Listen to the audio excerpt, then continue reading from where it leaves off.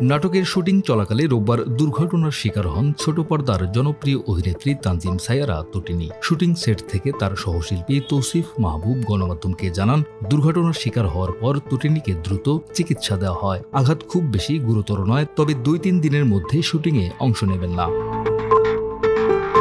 এদিকে চিকিৎসক বিশ্রামের পরামর্শ দেওয়ায় শুটিং অসমাপ্ত রেখে সোমবার সকালের ফ্লাইটে ঢাকা ফেরেন তটিনী।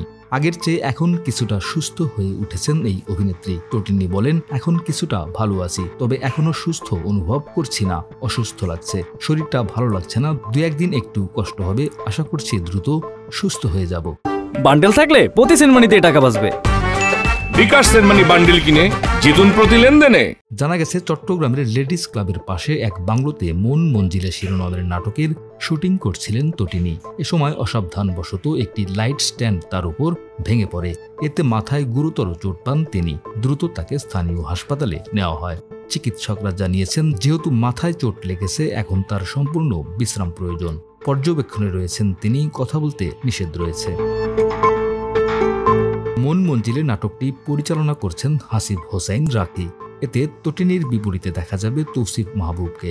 তবে দুর্ঘটনার পর আপাতত শুটিং বন্ধ রাখা হয়েছে।